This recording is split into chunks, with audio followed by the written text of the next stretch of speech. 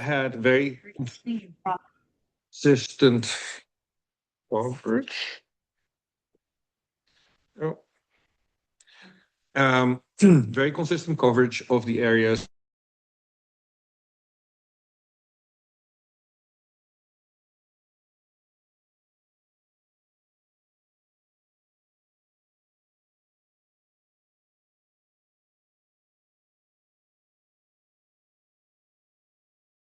But as you can see, we have a solid number of eBird lists and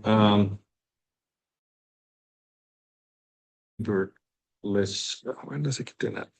194 lists. And as I said earlier, consistently we have 140 species or more.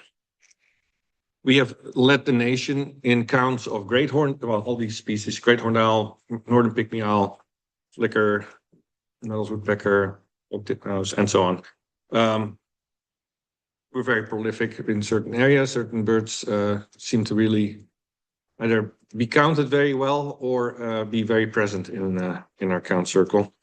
I think it's a combination of both. But for the great horned owls, we definitely have consistently broken national records, and we do have 11 or 12 owling crews out. So in the early hours, I'll mention a bit more about that, but maybe that has something to do with the song. We had some really cool highlights over the years. Last year, casting skingbird, that was a really great find, first one we ever had. Rare birds in our list are indicated by a code, by rarity. So 5 is really rare for Yolo County, based on what we have seen here.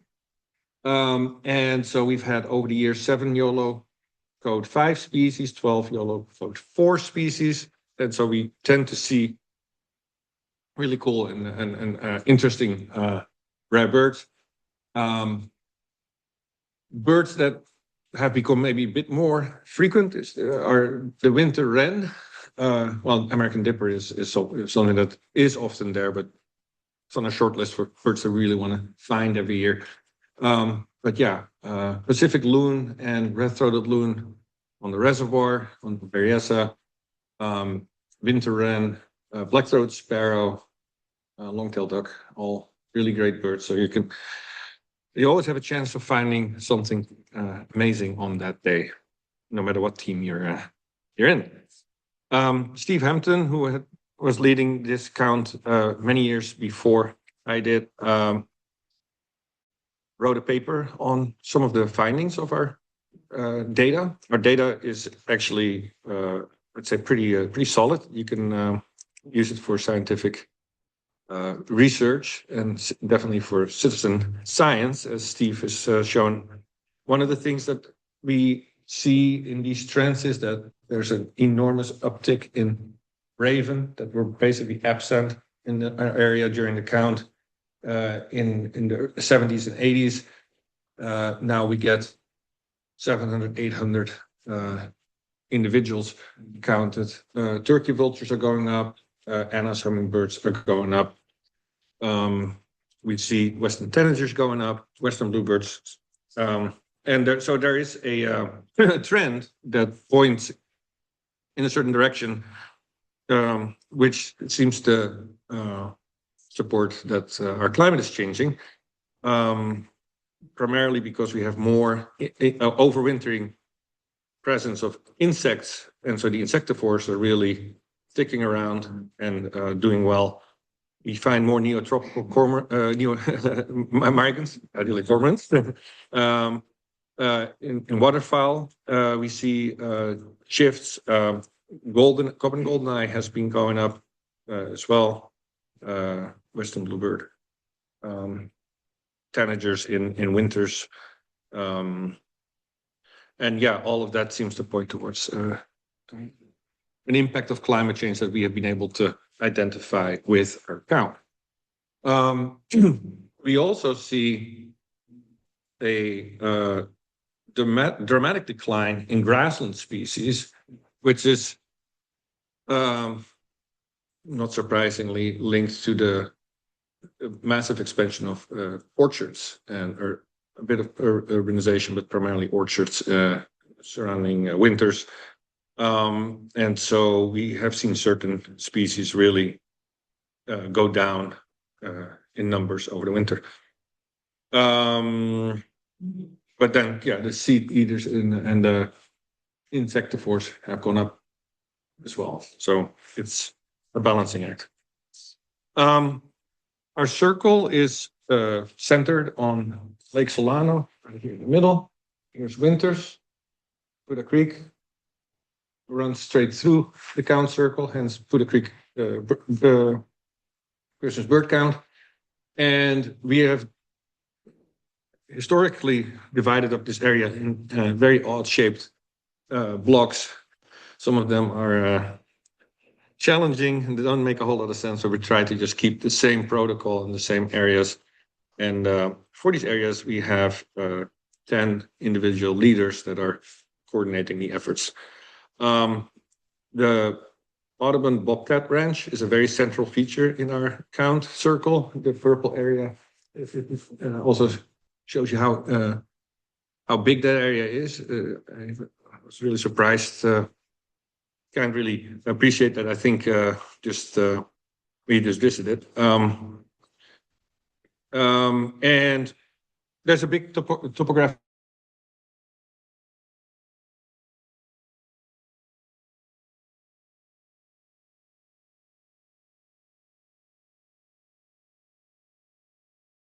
The outlet of the creek, which is 82 feet above sea level.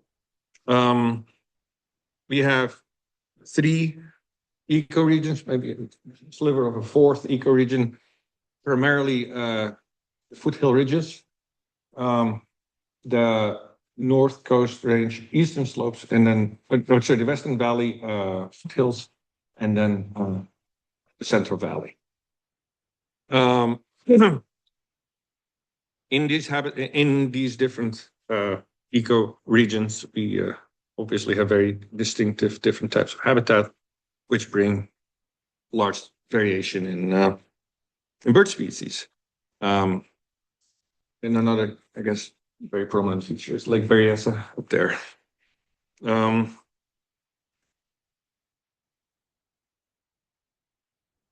I wanted to go through some of the areas, and so you all have a better idea of what each area really entails. Area 1 is on the west side of the count circle.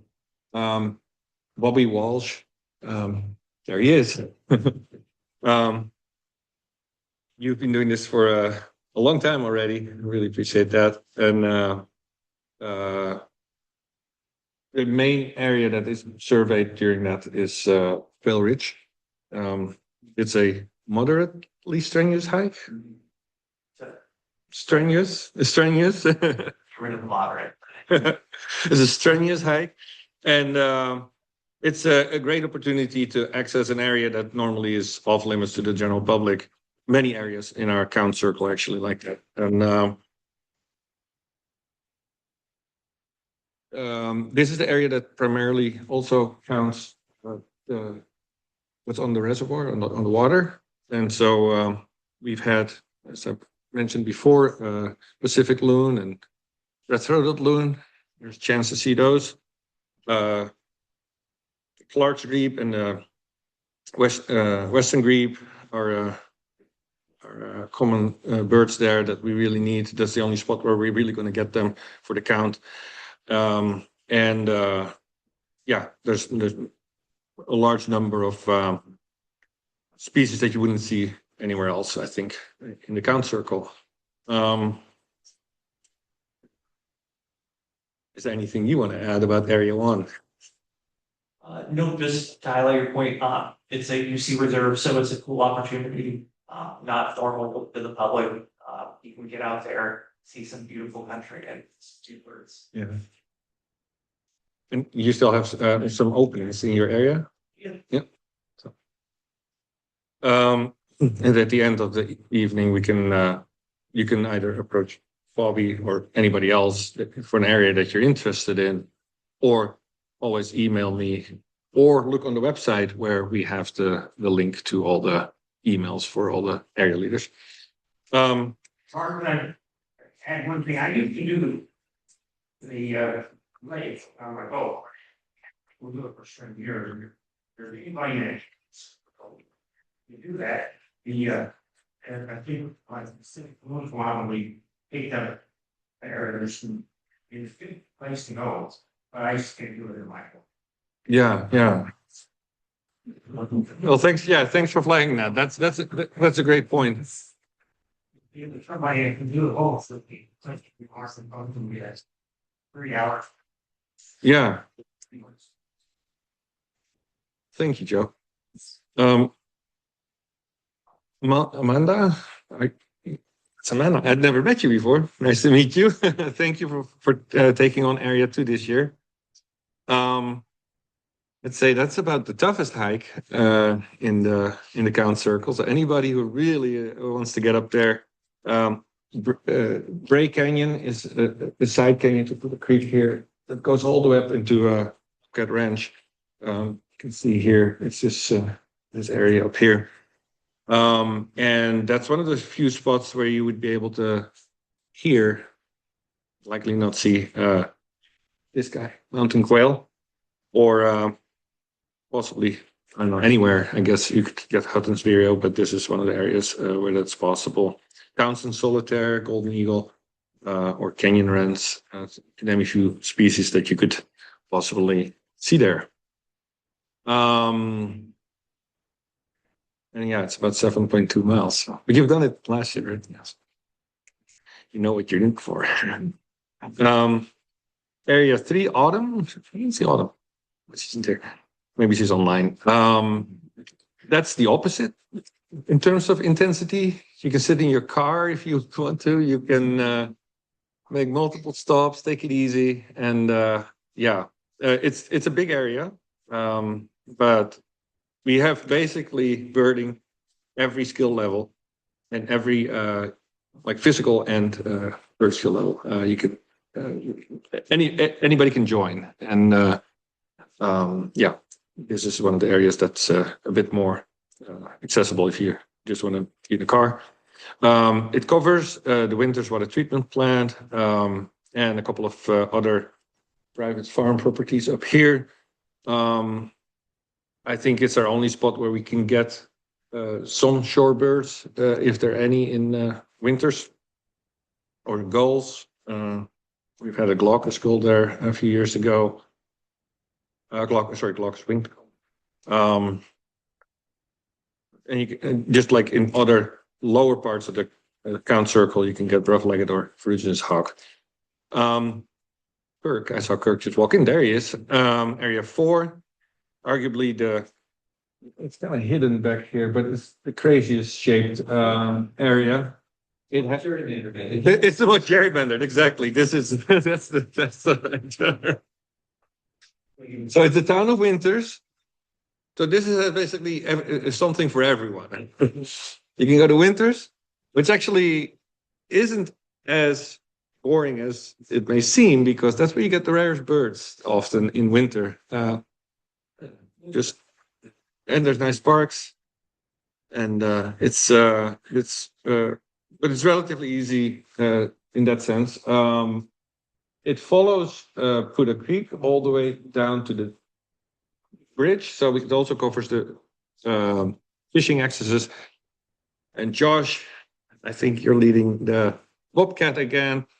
Great opportunity to go to Bobcat Ranch, which is also off limits. There's a more frequent count going on every other week where people can join as well.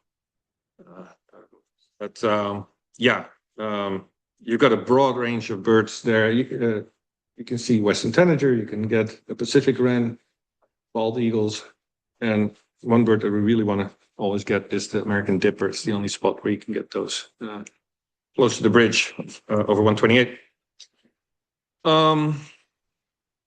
Area 5, Julian, there he is. What's the distinction between the Pacific and the winter wren? The chip or the call. This is basically the only real way to decide it. Yeah. Just to call it. Yeah, you need to get a recording, and then I mean, there is some visual difference, but it's very hard to. Which is more likely? Oh, Pacific wren by far. Yeah. No, winter wren is a rarity, but we did have one One by the bridge. by the bridge. Yeah. Yeah. So, but yeah, most likely you'll get a Pacific wren if you have them. They're not super common either, but they will winter along the creek. Area 5 is also more of a car burning kind of county, part of the circle, but it's also interspersed with walking various patches along the creek, and so it's also got a bit of an odd mix because it goes from a diversion down here along the creek all the way to Winters, and then it's the entire area east of 505. It really is, I think, the best spot for finding any of these hogs. Rough-legged would be nice, unlikely, but nice. It's also one of the few areas I think where we get snow geese. It is a hotspot for yellow-billed magpies. We get just count for those and gulls. Maybe anything else, Julian, that I missed? Yeah. Zane, area 6, English Hills. He thinks it's the best area. Every area leader seems to think that. So, and it's also a mix of car, many stops, some walking kind of area. It's a lot of walking along busy roads, just to be forewarned. Yeah, It is fun. You see cool stuff. and I think they consistently have had the highest numbers of species, like the biggest spread. Some target species there would be yellowlegs, which anywhere else in the circle that easily. Prairie falcon, owls. Best perspective there. Lynette, right next. That's the other side of English Hills, all the way down to Vacaville. Also mixed car and walking, medium intensity kind of area. You have a bigger team from the university already, I think. Do I? Do you? That would be news to me. Yeah. I thought you had some recruits already. Okay. Always room for more. Oh, these birds don't belong there. You don't have Pacific wrens there. I think those stuck from a previous list. But yeah, white throats, you're the area for white-throated sparrows. I'm the area that makes you wonder why nobody birds suburban Vacaville.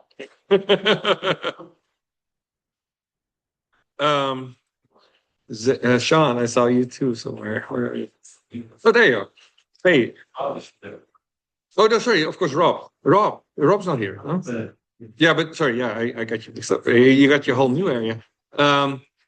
Rob is not here, right? No. So Rob Furrow from UC Davis is leading area 8.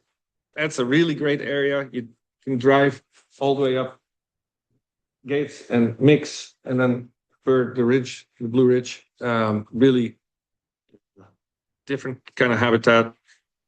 Again, counts as solitaire or California thrasher, thick-billed fox sparrows, bells. It's really the only spot where we'll get bells, sparrows, and rufous crowned sparrows. Yeah, can highly recommend it. And it is, even though you get higher up, not as strenuous as most of the other hilly areas, because you can drive up there and walk along the ridge or walk down. Area 9, now I get to Sean. He took over from Chris Dunford, who had been doing that area for many, many years.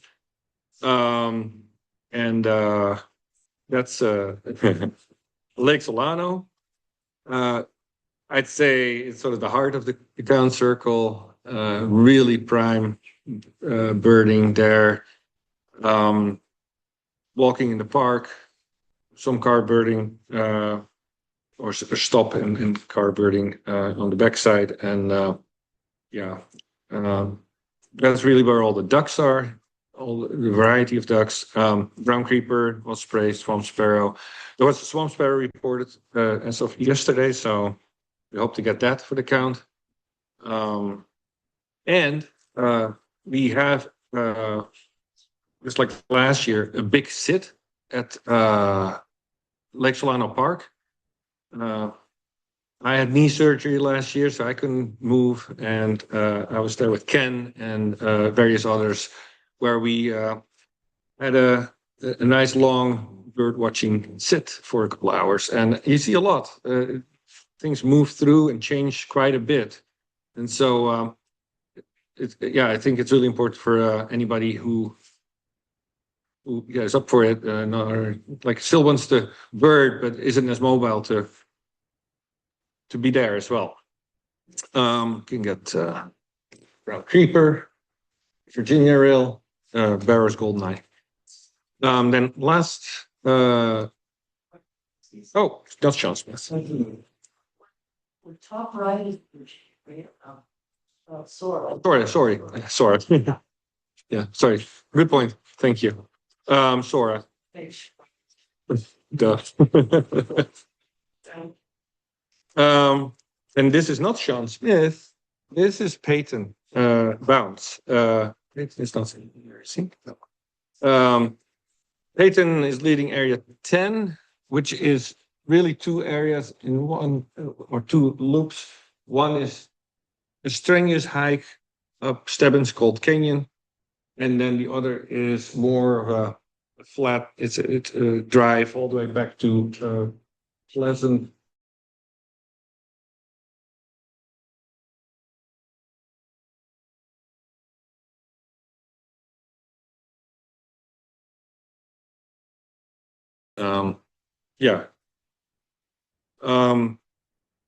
It's one of the spots where you could get saw-whet owl if you're early enough. Pileated woodpecker, California thresher, really nice area as well. So yeah, just to sort of give an overview of what areas are out there and whatever attention, just follow up with area leaders. Any questions about the areas? So one of the things that has happened in our area, in 2020, we had the LNU fire. And as you can see with the yellow over the red circle, more than half of our ground circle burned in that event. And we saw a dramatic change in the species composition in the following counts. Primarily with species like the wren-tit that just completely cratered. Pileated woodpecker have been gone since. California thrashers are very low counts, but as of last year, I think it was last year, maybe the year before, we started seeing the first Bell's sparrows, which need freshly burned or moderately burned landscapes. So 5 years after the burn, 4 years after the burn, those are birds that will show up and only be there, occupy that space for a couple of years, and then move on to the next patch that was recently burned. So there's definitely an interesting dynamic.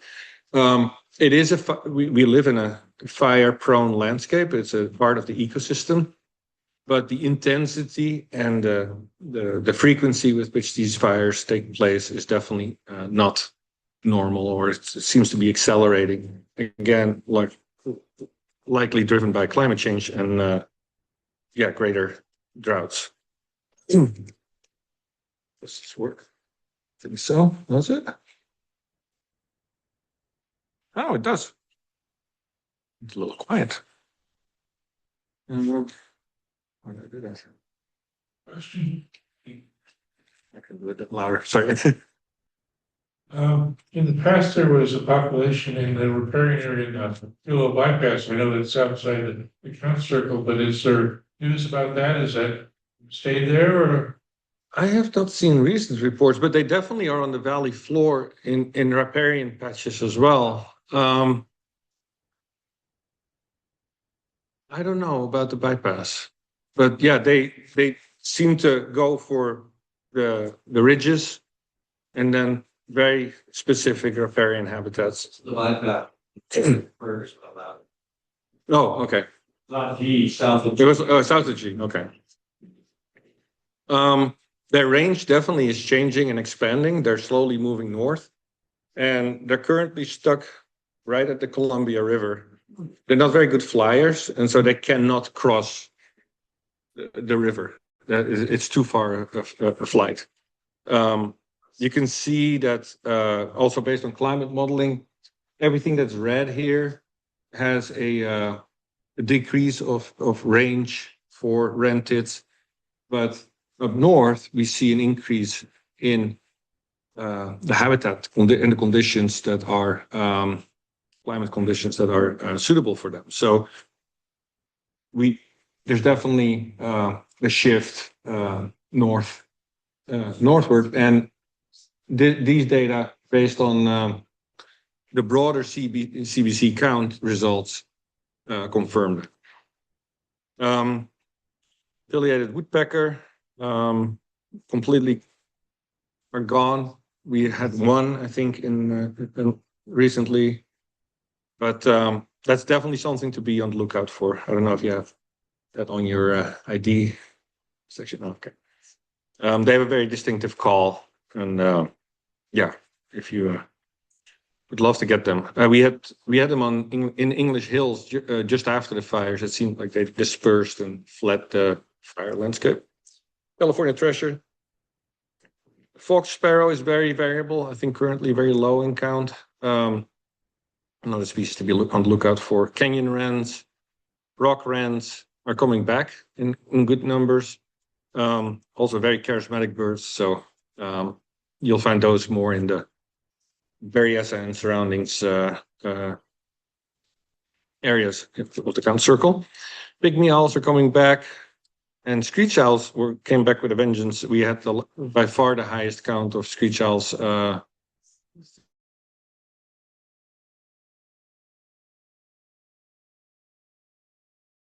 37.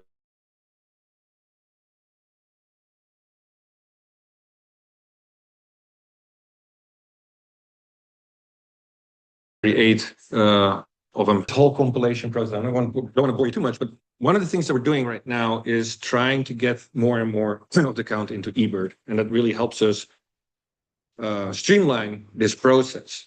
So we have two parts of the count. We have a day count and an owling part. Owling part sort of coordinated slightly differently, separately.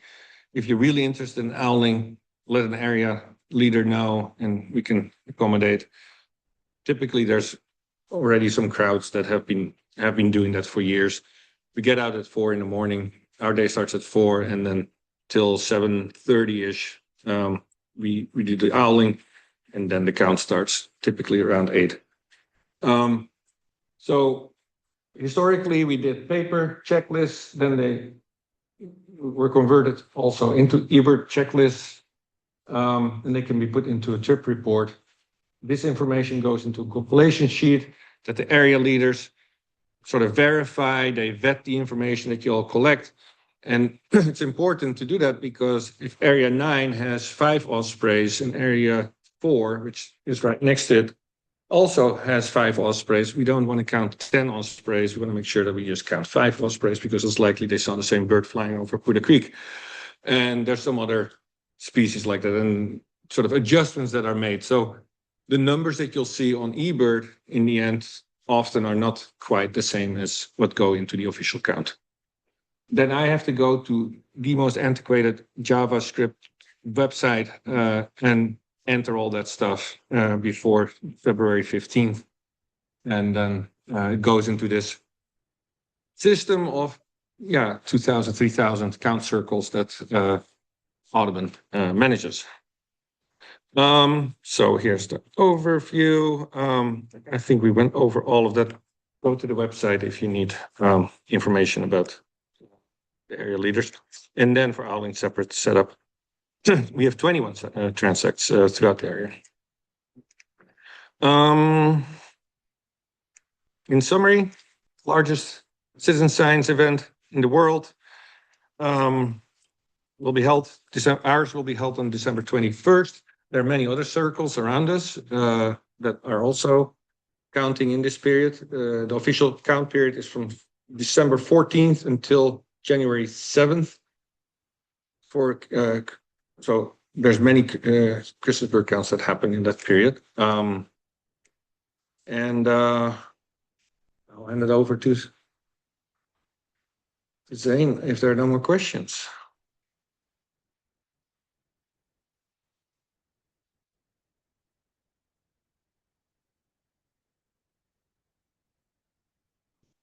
Right there.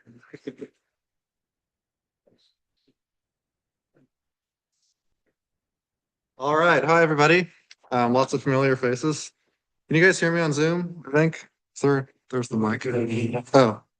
They can't respond to me though. That's That is good, that's good. All right, Zane, well, can we'll you get hear me? started. I want to start by talking about eBird. Bart kind of alluded to that fact that eBird is a really cool way of expediting the compilation process, both as participants in the field, which is what I'll talk about, and then also on the back end for Bart, and makes everything quite a bit smoother, I would say.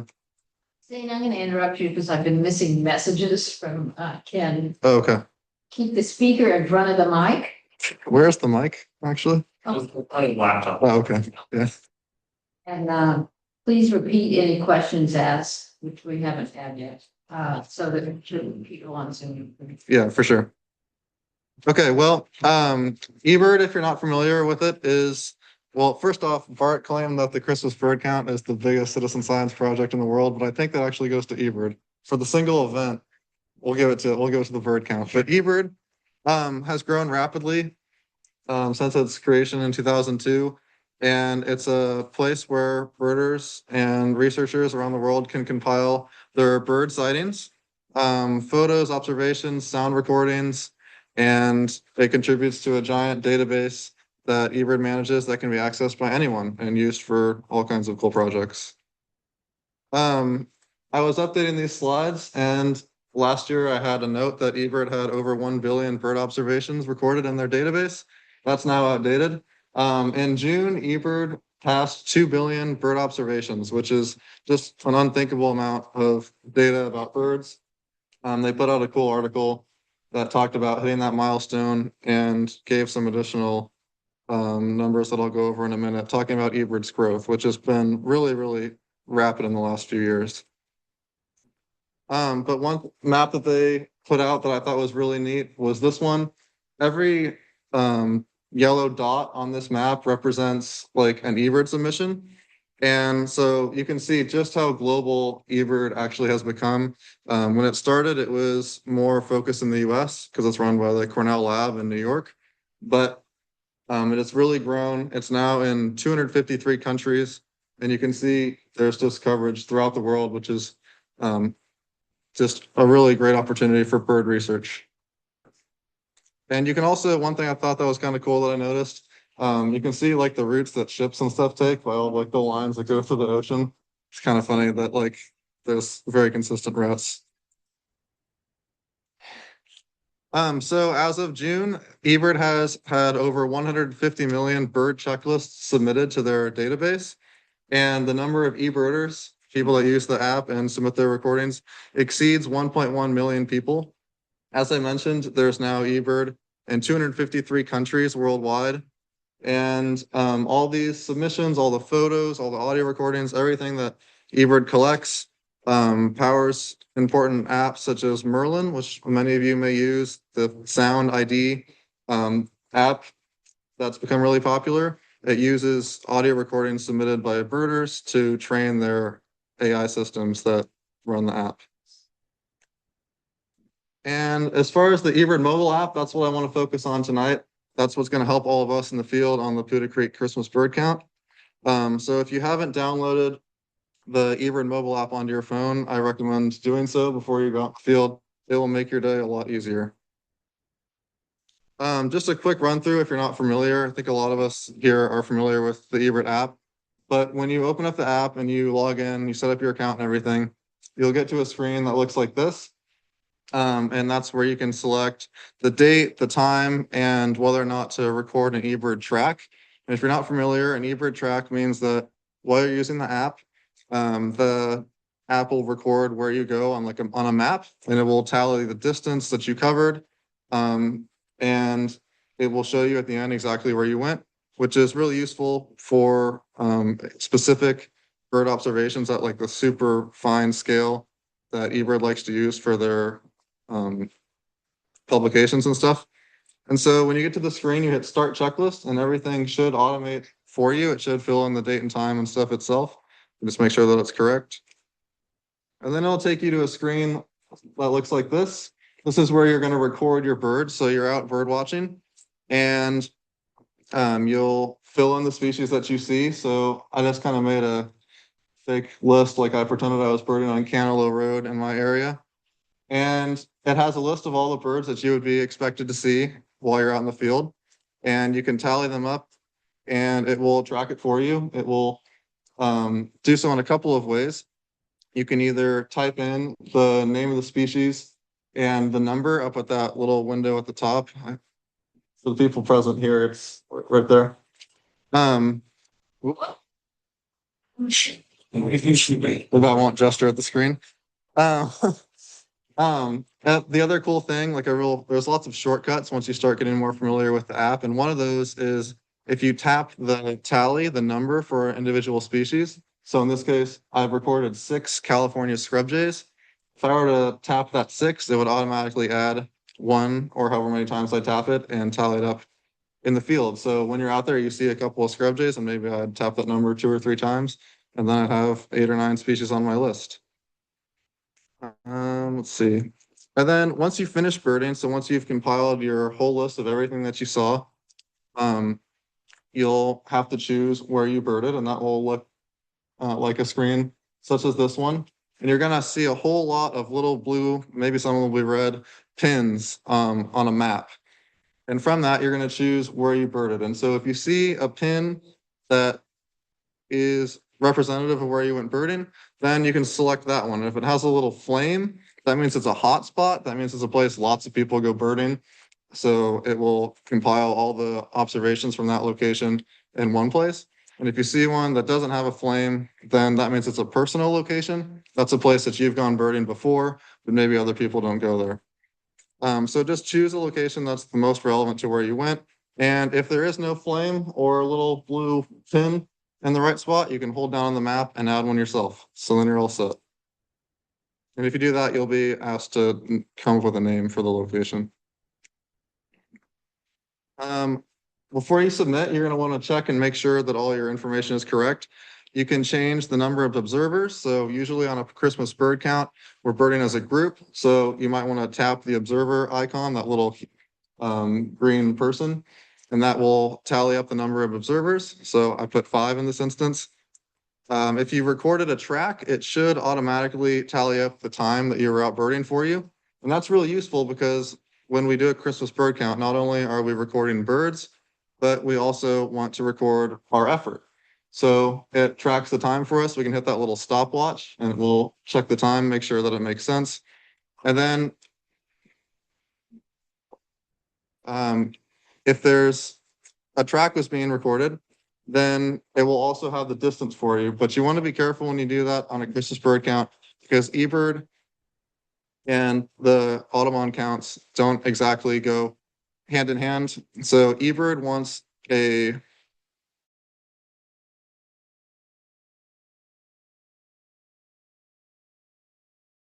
one-way distance when you're birding. So the Christmas bird count wants you to report the whole thing. So one nice thing is that eBird had an update recently where now they show you both if you click on the track. So you can actually see the two-way distance, but you're going to want to manually check that and record that separately on a piece of paper or something when you're in the field. And then you definitely want to share the checklist with the compiler's account, aka Bart. And you can do so by hitting share a checklist with, and you'll be prompted to type in a username or email. In this case, you'll type in YBACBC and share the list. Bart can go over that if that's confusing on the day of the count. And just to add, many area leaders will have now also an account just for the area. And they'll let you know their area. Yeah, so just talk with your area leader about like the best protocol for submitting and who to share it with, but Whatever list you make on that day, share it with them. share with this one for sure. Yeah, YBA CBC. And that's new last year, right? Yes. Yes, that's the updated username for this year, exactly. Yeah. But yeah, it's really nice that you can have a list all curated while you're in the field. You're gonna want to break up your list if possible to like shorter lists throughout the day. eBird best practice is to keep it under 5 miles of birding on one list. But on a CBC, if that's not feasible, if you're driving really far, then you can just note the distance and that'll be taken care of in the background. I guess I already talked about a lot of this, but there are some benefits of using eBird. It's a faster way of submitting in the field.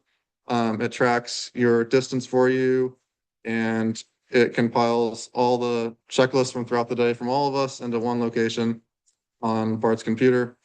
And then it's all saved for future analysis through a function called the eBird trip report. This is an example of a trip report from 2 years ago. This is a newer feature that eBird came out with, I think maybe in 2022, where it could compile lists from lots of people in a given area, time frame, whatever, and you can access it in one place. So that's really cool because that means at the end of the day, once we've all submitted our eBird checklists and shared them with Bart, then we get to see a page such as this. So for example, at the time that I took this screenshot, which maybe wasn't after all the lists have been submitted, 135 species had already been reported from the count that day. So it's a pretty good representation of what you would expect to see. People had submitted 142 eBird checklists, which is a lot when you think about that's almost 2 or 3 checklists per participant on a typical year. And it creates this cool map that shows where everybody birded. And so you can kind of imagine where the Christmas bird count circle is. It goes around the outside and you can see we really focus on the middle parts because that's where the most access is. And the blue pins are all personal locations. So when people bird places on a Christmas bird count that they don't normally go, they'll create a little blue pin. And when people bird well-known hotspots, they'll use the red flames. And we can look back at this at any time and it's all saved for quick access, which is really nice. Steve Hampton, when he used to be compiler of the Putah Creek CVC. Oh, sorry, yes. On that last map, it didn't show up along the ridge there at the east of the various. Was that just an area that wasn't birded that year? Or Yeah, this is Thompson Canyon right here. Okay. And that's some years it's accessible, some years it's not. So we must have not got in that here. But that might change. Didn't get up there that day. Like the blank spots, basically we don't have access to. It's not. It's a lot of private like rangeland and like mountains and stuff. Or it's not like just put on either the break canyon or the spot at range hotspots, so 2 of those enough. Yeah, that's a good point too. Like, I think maybe this flame right here, actually represents like a lot of this area. So it's just like showing the location that the checklist was pinned at, but person actually birded a bigger space than that. I want to add one thing. The eBird app may complain at some point if you have a lot of like you end up with, I don't know, 150 juncos because you really cover an area very well, count much more than you normally count. So the filters get tripped, like the reviewer would say, hey, or the automated system says, hey, are you sure that you had 150 juncos? Then you can just say yes, and you just say CBC. That's fine. But that will happen a lot. Or some people and it really doesn't matter for us if you have 10 little lists or 1 bigger list, as long as you just record whatever you saw and you have all captured by the distance. It is sometimes nice to have a granularity, but for the count itself, we only want to just capture what's in there. So some people let it run for 3 hours, cover 6-7 miles, and then again will maybe trip that filter. It'll say, are you sure that you are following the rules? And for the CVC, we just force that. To paraphrase for the people online, Bart was saying that sometimes the eBird app might flag certain things, like it may say that you saw more individuals of a species than would be expected for the time of year, or maybe that you had a really long list because you were out birding for a long time. If those things happen, just hit OK and comment that you were doing a Christmas bird count, and eBird will understand. Before you go to Oh, yep. ID Bart, I got a question earlier. Are the first steps to joining the birding fund to email the leader and picking an area? Yes. So you can relay that online. To what? That's the question. The birding. Oh, fun. Yes. Excellent. Yes, if you want to, so a question from the audience, if you want to join bird count, the birding fun, you can email an area leader or you can email Bart. No, mail area. Contact the area leader directly, I guess. Yeah, no, as much as possible, but yeah, whatever area you're interested in. Yeah. Sign up with it area. Just answer this other question since we've interrupted the flow a little bit. Why, this was a Zoom question, why is the data shown only up to 2020? Oh, and some of those, it was just me being lazy. I hadn't updated some of the slides for up to 2020, but yeah. Question? But is it technically it works when you're out in remote areas? So Yeah, it might not keep, it might drain your battery really fast. So the question was, if you're out of service, can you use the eBird app? The answer is yes. It will use your like satellite location to keep track of where you are. If you choose to run a track when you're out of service, it will probably kill your battery really fast. So I would recommend turning it off in that case, and you're going on track.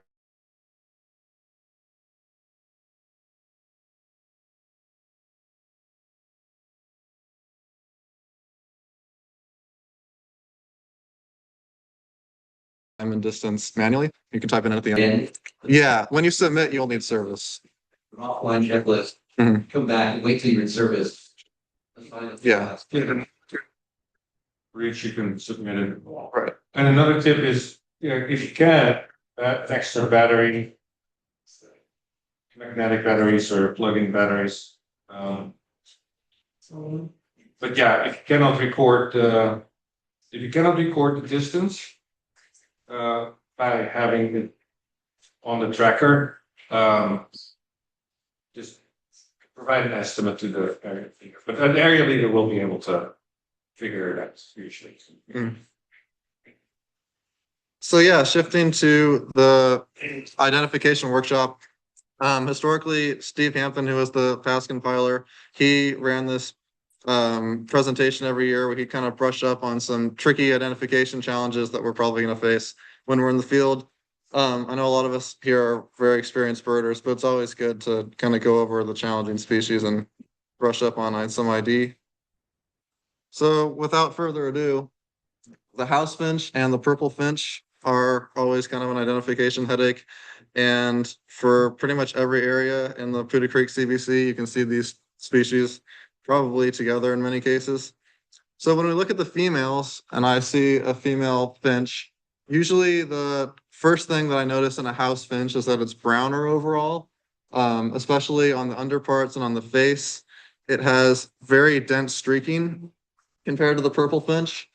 The purple finch oftentimes will be paler overall because it has thinner streaking, more white underneath behind the streaking, and its pattern on its face is a little bit different. The purple finch has a bolder supercilium or eyebrow, and will oftentimes be like a little bit warmer colored compared to a house finch. The other key field mark to look at in both males and females is the shape of the bill. House finches have a very curved culmen, that whole groove between the upper and lower mandible. Kind of makes them look like they're frowning almost. And a purple finch, it's also curved, but it's a little bit less so. So it gives them like a slightly different bill shape when you see them side by side. The males are also tricky. This kind of shows the bill shape better. You can see it's slightly straighter in the purple finch on the right, still slightly decurved, but not nearly as much as the male house finch on the left. House finches are very strawberry red overall. They're very bright, but The reddish color is usually kind of restricted to the head and upper breast, and they'll have some brown streaking on their sides and flanks. Purple finches, typically the males will be very bright, kind of purplish red, like a rose color all throughout their head and throughout their breast and into their belly. Less streaking on the underparts of the male purple finch. And again, like the females, the purple finch have that bold supercilium, that little pale line above the eye. In the males, it's kind of a pinkish color. And the upper parts of the purple finch are often washed in like a reddish purple color. The house finch is usually pretty brown on above. That can vary depending on the individual. Another identification challenge that I see in my area quite a bit is the brown-headed cowbird versus the brewer's blackbird. Oftentimes we'll see big groups of blackbirds together and there'll be a couple of cowbirds mixed in. I know for me, getting a cowbird for the count day is always exciting because usually there's not that many in my area. And so the thing that I look at first is usually the bill. That's going to be a common theme, I think. But in this case, looking at the thicker bill of a cowbird, kind of a more squat posture, compared to the brewer's blackbird, which has a little bit more of a rounded head and a thinner bill. Brewer's blackbirds are very tan, plain overall, sometimes kind of a grayish, whereas the brown-headed cowbird on the left usually has a pale throat, kind of a paler head. You might notice more contrast between the color in the throat and the color of the breast. And some individuals will have some streaking on the breast of the cowbird, especially more so in the immatures. Tricolored blackbirds are very rarely seen on the Putah Creek Christmas bird count. Maybe never, maybe a couple times. Nonetheless, they're reported frequently, so it's good to brush up on the ID for that one. So we'll look at the males for simplicity. There's a male tricolored blackbird on the left. You can see the difference is most apparent in the wings. The male tricolored blackbird has the darker red, lesser coverts with a white thin line below it and the median coverts. Whereas a red-winged blackbird, at least that species, which is the one we'll see many of in the winter, they have reddish, lesser coverts and black above that, and they have more of a yellowish bar behind the patch of red. So if you see red with like a narrow line of white, you're probably seeing a tricolored blackbird. You should look closely at it. And if you're seeing red next to like kind of a almost school bus yellow, then it's definitely a red-winged blackbird. Tricolored blackbirds, if you see on the right light, are also very glossy black. They have more of like a iridescent sheen than the red-winged blackbird does, but that's all light independent. So look closely at your blackbirds.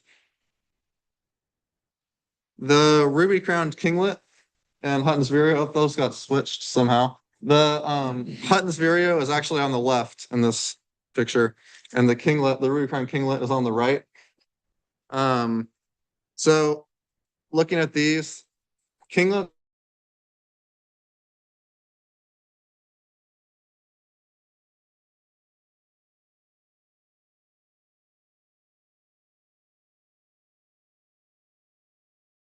are much more abundant in the Putah Creek CB's helpful. The Hutton's vireo on the left has a thicker bill. It's kind of bluish gray with a slightly hooked tip, and they have a blockier head, kind of a steep angle between the bill and the head.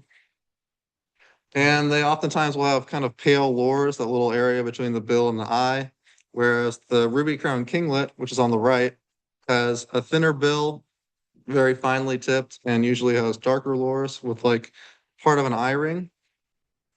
And then also it's important to look at the wing panel. I'm gonna grab a little bit of water, but the ruby-crowned kinglet on the right has that black bar right behind the second wing bar. So that pale edging on the secondaries doesn't come all the way up to touch that second white wing bar. Whereas on the Hutton's vireo, it does. And so you don't see that black bar on the Hutton's vireo behind the second wing bar.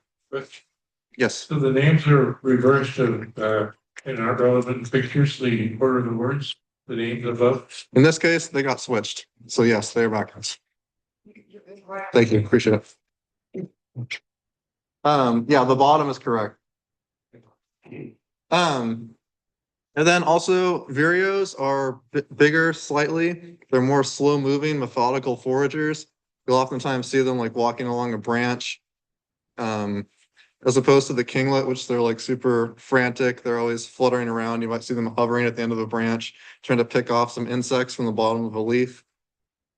And the Hutton's vireo has thicker legs that are kind of blue-gray, whereas the ruby-crowned kinglet will have slightly thinner legs with just kind of interesting.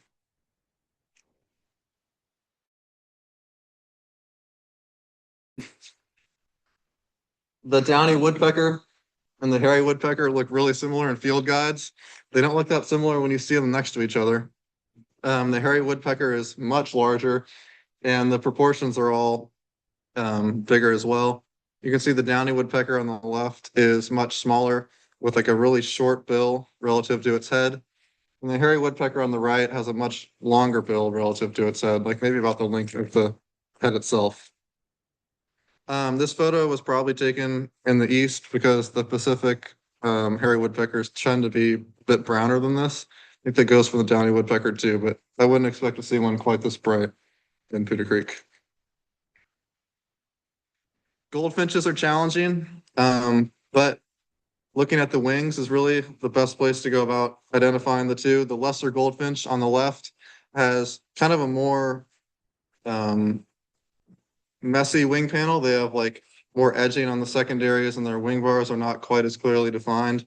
Whereas the American goldfinch on the right in winter plumage has two bright white wing bars against the otherwise black wing panel and less white edging on the secondaries and primaries, so it's not quite as messy looking. Also important to look at the color of the undertail coverts. The lesser goldfinch on the left has olive to olive yellow undertail coverts, those feathers just below the base of the tail, whereas they're white on the American goldfinch on the right.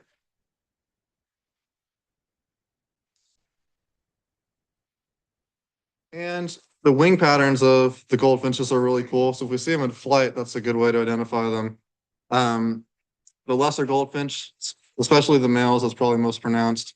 If you see them with their wings spread in flight, they have this nice white patch on their wings against an otherwise black wing. Whereas the American goldfinch, this is a nice spring bird, but the wing stands the same, have those two narrow white wing bars on an otherwise clean black wing. They don't have that white patch that the lesser goldfinch does. These used to be in the same genus, no longer. But the sharp-shinned and Cooper's hawk remain a real identification challenge for birders throughout North America.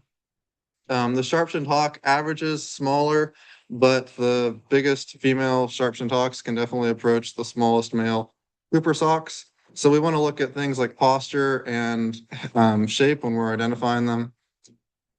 The sharp-shinned hawk is very compact. I often like to say that it looks like a sharp-shinned hawk doesn't have a neck. They kind of hold their shoulders up and they're like super like squat. Whereas a Cooper's hawk on the right has its head protruding from its body more. It's kind of stretching its neck out a little bit. More of an elongated posture. The sharp-shinned hawk has a small bill and they kind of look bug-eyed because they have such a small head. They're like really got their eyes open. Cooper's hawks, I feel like kind of like angry. They have like a dark line above their eye, and so it kind of looks like they're squinting or scowling. If you get a good look at one in good light, the sharp-shinned hawk has that dark nape. So the dark plumage on the head goes down to the back of the neck, whereas on the Cooper's hawk, the nape is paler, and so it kind of contrasts with the color on the top of its head and the back. Cooper's hawks have slightly bigger legs and feet as well. And if you see them in flight, this is probably arguably the easiest way to tell, I would say, is when you see them flying with their tail spread, the Cooper's hawk has a rounded tip of the tail. Those central tail feathers are slightly graduated, making a slight bend. I like to say that they have a C at the end of their tail, a C for Coopers. There's the C. And on the sharp-shinned hawk, on the left, they have it squared off. It looks like someone just cut their tail feathers all the same length. And so I like to say that it's a square on Sharpie. Also, we can look at how far the head protrudes from the body, similar to when they're perched. The Cooper's hawk, that head goes past where they hold their wings at the wrist. If you get them like at the right angle, whereas the sharp-shinned hawk on the left has like no neck, super short head that doesn't really protrude past where they hold their wings when they're flying. Not sure that we'll see any Vesper sparrows this year, but in the past it's happened, so they could be back. The Vesper sparrow and the Savannah sparrow are definitely a good one to be familiar with. The Vesper sparrow on the left here has that nice white eye ring and a J-shaped auricular, that little brown border that starts below the eye and kind of comes and curves behind the head. Whereas Savannah sparrows, they don't have that same mark. It's just a little dark malar, but it doesn't wrap around in the same way. Savannah sparrows usually have yellow lores. They got that little patch of yellow between the eye and the bill. That can kind of vary how extensive it is, but usually it's present. Vesper sparrows have really bold white outer tail feathers. So if you see one fly, it'll look like it has a dark tail with two stripes going down the outside. Savannah sparrows can have white in their outer tail feathers, but it's usually not present. And if it is, it's not as obvious or contrasty as in the Vesper sparrow. And if you can see it in the Vesper sparrow, it looks easier to see online, but they have a little rufous patch. Maybe the mouse shows it. Oh, it does. It also changes the slide. Right here, there's that little rufous patch on the Vesper sparrow, the rufous lesser coverts. That's a diagnostic mark for the Vesper sparrow if you can see that, and better yet, take a photo. So that is a good bird, probably be the only ones on the count if you see one.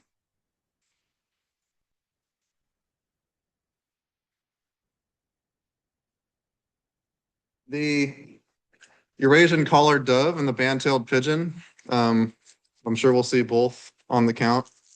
Depending on where you are, the collared dove is probably more likely, but you never know. The collared dove from below is a much paler bird, especially on the underwings. They have a lot of white to like creamy color below, whereas the band-tailed pigeon, especially from afar, which is probably how you'll see them flying over, will look really evenly dark, especially on the underwings. The tip of the tail in the band-tailed pigeon is pale, but they have a dark band about halfway through in the middle there. So it's kind of medium dark, super dark band, tail tip. Whereas in the Eurasian collared dove, they have a black base of the tail and the whole outer half of the tail is white.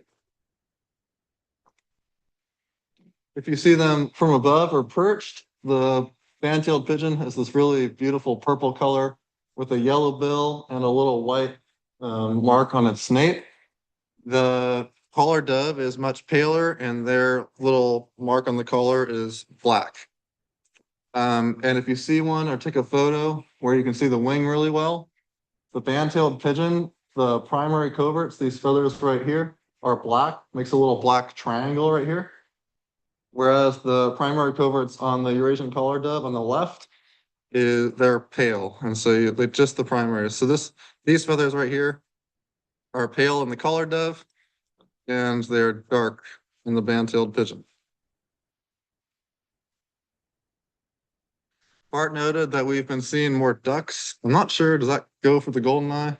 Goldeneye, but not for barrows. Oh, okay, that's interesting. Well, apparently common goldeneye have expanded in the Putah Creek CBC circle, but the Barrows goldeneye has not. When we're looking at the male goldeneye, on the left, we have a common goldeneye. They have a little white spot on their face. And the Barrows actually has more of a crescent shape, like a little comma. And the pattern on the back is different as well. The Barrows goldeneye has more black, and it actually makes like a little spur that sticks out into the white patch, kind of by the flank right here. And the common goldeneye has more extensive white. It's almost more like a keyboard pattern where there's like little streaks of black on the folded wing, but most of it is white. And both the males and the females, where it's more obvious, I'd say, The head shape is important to take note of. The Barrow's goldeneye here on the right has a very steep forehead and kind of like an angled head. Like you can almost imagine like a little pentagon or something on their head shape. Whereas the common goldeneye on the right has a very rounded head. Barrow's goldeneyes usually have completely orange bills. They're usually pretty bright. The common goldeneyes can vary their bill color in the females. Usually though, the base and much of the bill will be dark black to like dark brown. And yeah, really take note of that head shape, especially when the birds are alert. They're kind of looking around. That Barrow's goldeneye has that really peaked head shape. I got a question from Oh, yes. Bentel Pigeon. And where's the rock pigeon? Oh, yeah, that's a good one too. So a question on Zoom was band-tailed pigeon versus a rock pigeon. I'd say that if you see a flock of band-tailed pigeons, they're probably going to be like tightly balled together, flying over, and super dark. I mean, if you see one up close, it should be apparent because the band-tailed pigeon has that yellow bill and the white crescent. But if you see a flock flying over, the band-tailed pigeons will look super dark below. You might see that white tip of the tail. Rock pigeons are super variable in their plumage. They can be like from pure white all the way through like completely dark in every mottled combination you can imagine. So you should see like some variation in the flock, I would say. Oftentimes they're a little bit more scattered. The band-tailed pigeons, I feel like their flocks are really tight when I see them. But I'd really would I look for variability in the plumage, honestly. If it's all even dark, you're probably seeing band-tailed pigeons. And if you see like some white modeling and stuff like that, you might be seeing rock pigeons. And habitat is important too. Band-tailed pigeons rarely stray away from the coast range. So if you see them in like areas 9, 8, or like 1, you could be seeing band-tailed pigeons, but if you saw band-tailed pigeons on the valley floor, that would be pretty exceptional. I have seen a lot of robies on radar. You could also see band-tailed pigeons in the coast ranges. Yeah. Like, the bobcat searches we had were pretty darn sure flock. Flying like bandtails, all of the uniformly dark. When we were photos later, it was a flock of about 100 pigeons. Flying in tight formation over the foothills. That'd be confusing. Yeah, we had a note that sometimes lighting can be tricky. Sometimes you gotta leave them unidentified if you aren't sure. Species to watch for. So every year I put myself out there and I take a guess as to what might be like a cool species we'll see. And sometimes I'm right and usually I'm not. So this year I'm basically dreaming that one of us might see a rough-legged hawk. But I have some grounds for this dream. It's been a really good year for rough-legged hawks in our region. This map is from eBird for the last month and 10 days. And all these little purple squares, and the darker ones have more reports. Those all represent places where people have seen rough-legged hawk, in some cases, multiple birds. That's not typically the case. They've been more or less absent from our region for the last 5 years or so. So for whatever reason, they're having a very good winter. They have not yet been seen where the Putah Creek CBC is in that red circle, but they've been seen basically everywhere around it that has realistic habitat for them. So theoretically, they should be out there and we should be looking for them. They could be confusing though, especially with the ferruginous hawk, which we will almost certainly see. So when comparing the ferruginous hawk and the rough-legged hawk, I'd say the tail and the wrist are the two places that I would direct my attention first. Is there a question? You point to something. Oh yeah, I can try to also use my mouse if I point to things.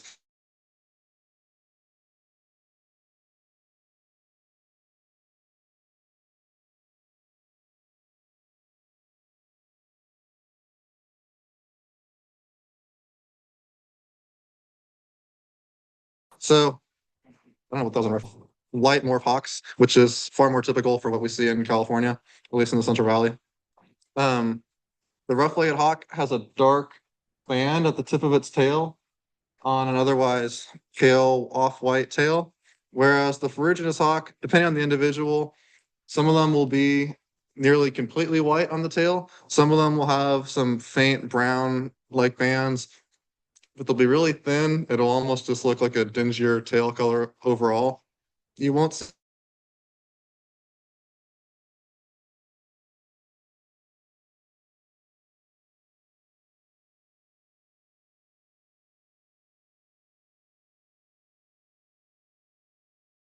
the ferruginous hawk, that area is white.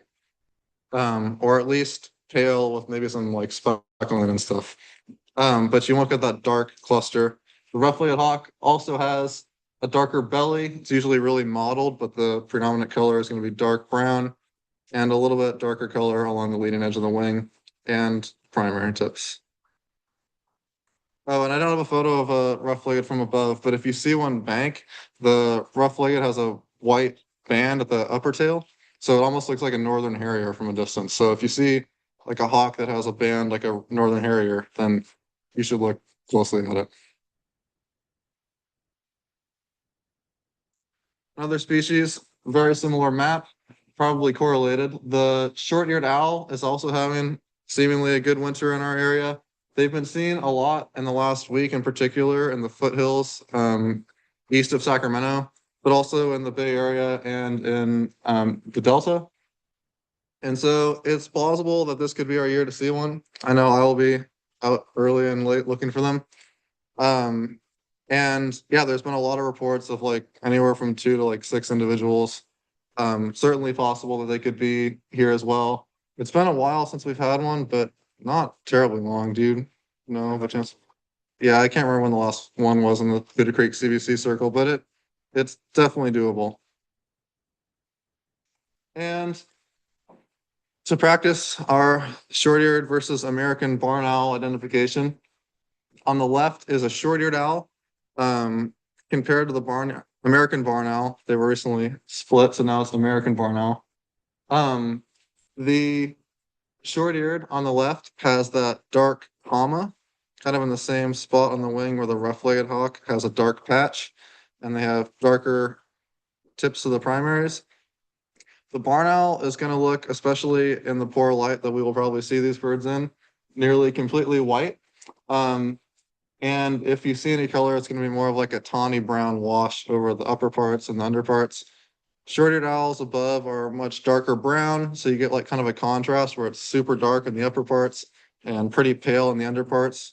The facial disc, like the face of the owl, is slightly darker in the short-eared, especially around the eyes, whereas the barn owl has like a dark ring around the face, and the face itself is like nearly completely white.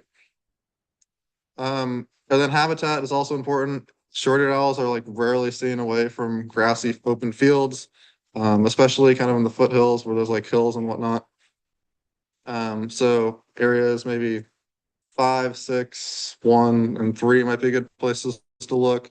The barn owl will probably be seen in every area, and they're oftentimes in neighborhoods and bird we're very familiar with.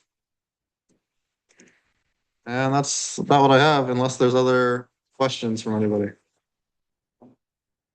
Checking.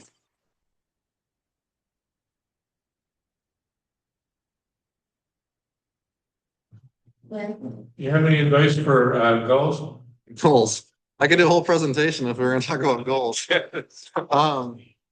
But probably won't see many goals in the Putah Creek CBC. If we do, I imagine they'd be flyovers, so it's going to be really challenging. But California goal and ring-billed goal, maybe herring are like the 3 that you could see realistically. So yeah, look at those. Not much to say without photos next to me. Yeah. Bart. Yeah, I got some more questions that I got online, so. Oh, okay, sure. But For birds or for count? for the count. Okay, cool. But any other questions about the IDs? Let me see if there was one I got. Like it's kind of. Should we bring a book of a bird book with us or photos so we can better identify the birds we see? Binoculars. What kind of shoes? Anything else helpful? Definitely wear good shoes. You don't want to be. It's good. It can be a long day if you don't wear something comfortable. In every area, there will be experienced birders. So if you're a beginning birder, it's not expected that you're just going to be counting on your own and left on your own. There will be somebody there who will be able to identify. Is it fair to say that the area leaders will also help people who are new to eBird? Yes. Yes. You should feel comfortable asking. Yeah. You should. Yeah. You should. All the area leaders are familiar with eBird and will be able to set you up. And again, if you're a beginning birder, I don't think the area leader will match you with somebody who doesn't know how to handle eBird. That will be usually somebody who can. Please repeat how you sign up for a particular area. The easiest way is to go on the website and look at the map, and there's a list of email addresses of the area leaders underneath, and so just reach out to that area leader, and then they will sign you up, and they will reach out and coordinate with you on where to meet, what time, and how to approach it. Most areas typically start between 7:30 or 8 on the 21st. And depending on the size of the area, some are done a bit earlier. Some people really bird from 4 a.m. to 6 p.m. when we have our potluck, which I'll address in a second.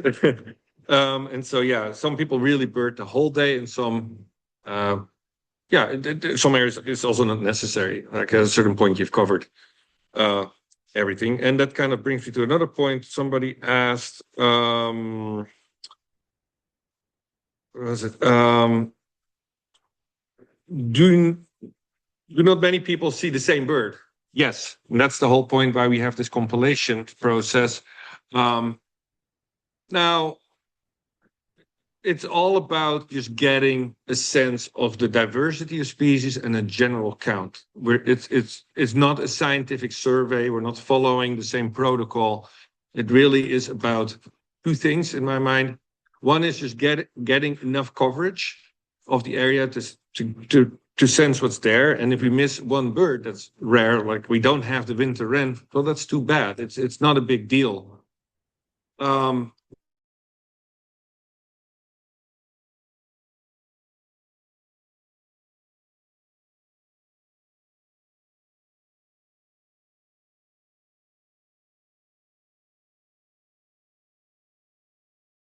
In our data is that the data that we do have.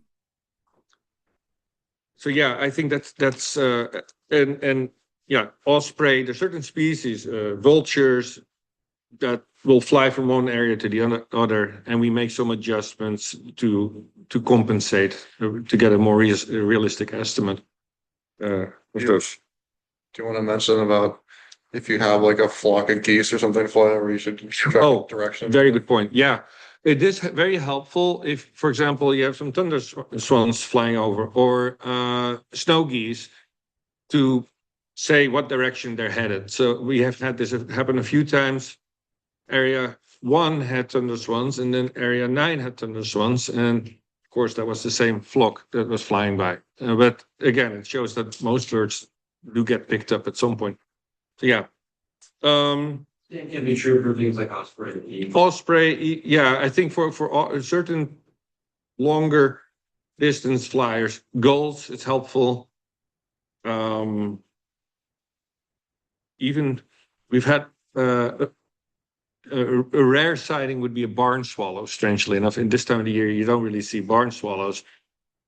We've had one year recently where we had them, but they're increasingly wintering in the delta as well, so they make their way out into the area more frequently, I guess. So yeah, just having for those kinds of birds, pointing out what direction they're flying is helpful, or recording that. And in eBird, you can very easily put that in a comment. The local CBC list shared for a particular day at a particular region, let's say the 21st, is Putah Creek. Are bird walks arranged by the leader on that day, or is it expected that we do birding on our own? No, and do our own report. So maybe that I addressed that kind of earlier. The area leader will identify, hey, can you walk this trail with this person, or there will be very clear instructions on expectations on what to cover. Yeah, I don't think it's helpful to just go off and just start covering an area and then say, hey, I made a list. That definitely leads to double counting. So definitely make sure you check in with an area leader for that purpose. That's it, I think, on the email, the questions. Let's see. Something that, yes. So this is, I use Merlin, the sound identification. Oh, good one. Great, but I don't always see the bird. Uh-huh. And so would that count?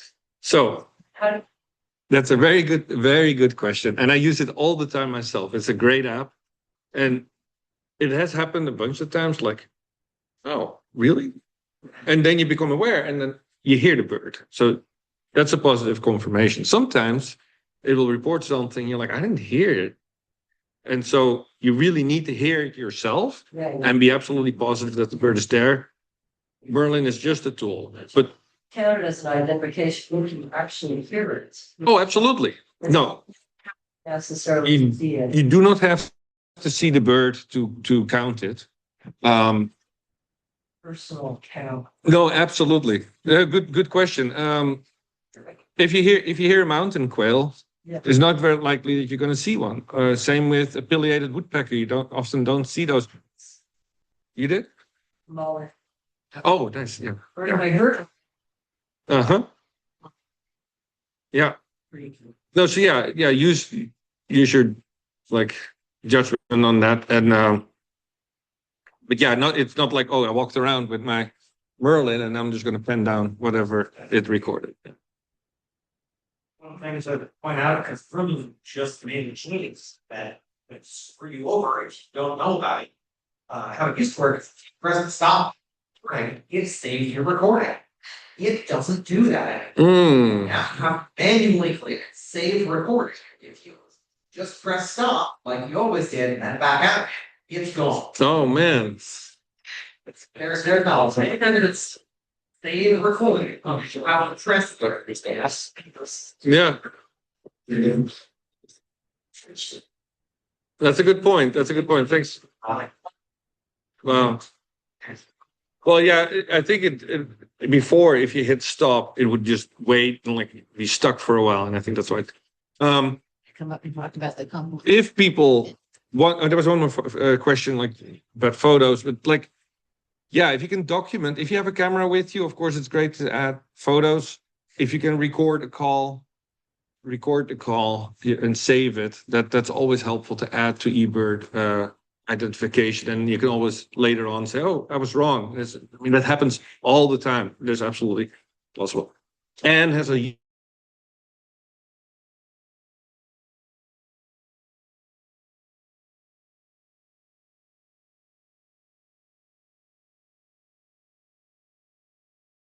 And potluck, we're not calling it that this year. It's like, yeah.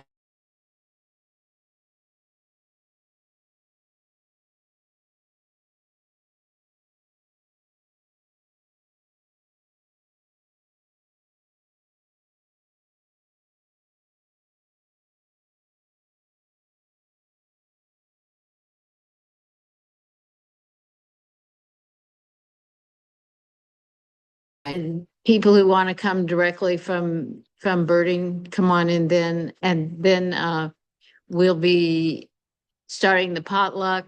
And if you can't get it together, because some of you, like Zane, will be out birding to the very last minute, and then he'll race in with some nugget cookies or something.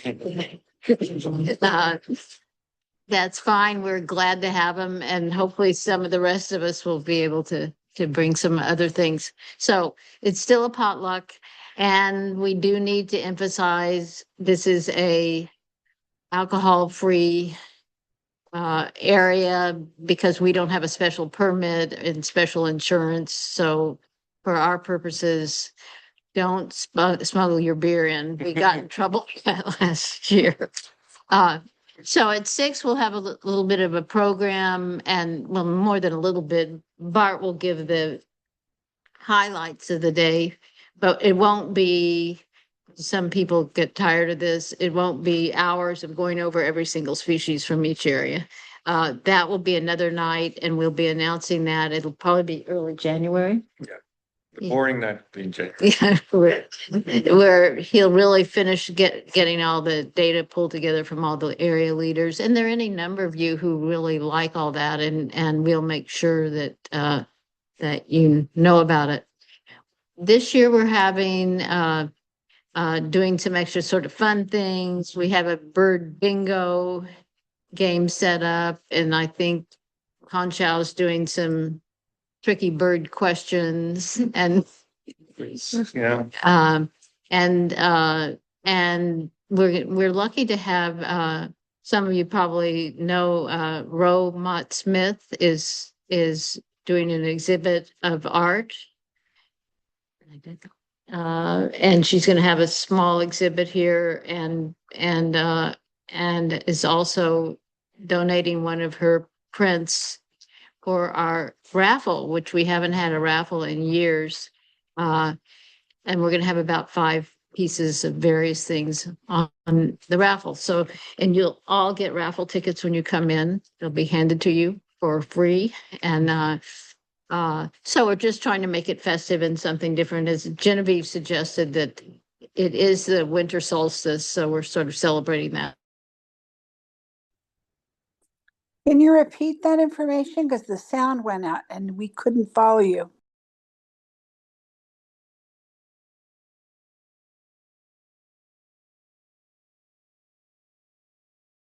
So you should have got all. Time.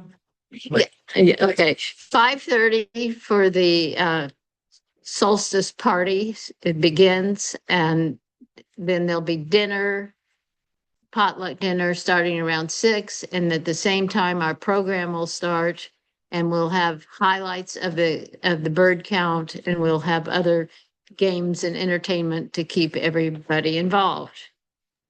I hope Can you you heard use a that. And different if you modality and put it in the chat so that we can see it, please? we're going to be sending everybody you should have gotten a printout of this if you're on our mailing list already, and we'll be sending out an update early next week. Yeah. Again, the website has all the information about the potluck as well. That's the best place to look. I had one other question, more practical question for someone about the count. So feel free to keep asking. Someone asked, what about lunch, water, bathrooms?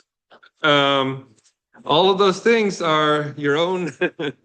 You're on your own. No, the area leaders will be able to guide you on that. What the possibilities are.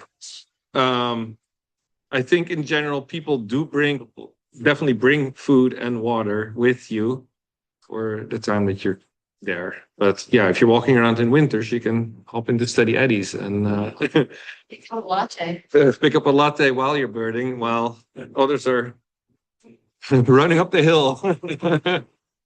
No bathrooms there. But yeah, I think let's see. So repeat the potluck basics. No alcohol. The doors open at 5:30, and on the 21st after the count, and there will be various activities, recapping the day and bingo and other kinds of activities. Cool. That's it. Yep. Yeah. Okay.